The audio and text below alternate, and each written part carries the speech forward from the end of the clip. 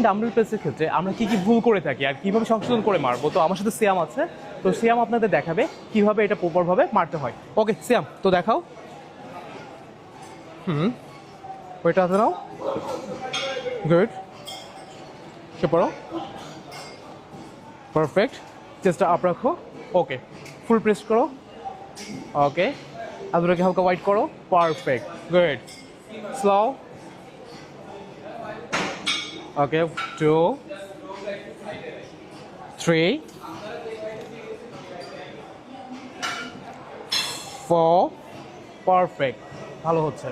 চেস্টটাকে up রাখা try করবো সবসময়, চেস্টটা যত আপ রাখতে পারবেন তত দেখবেন যে ভালো হিট করতেছে।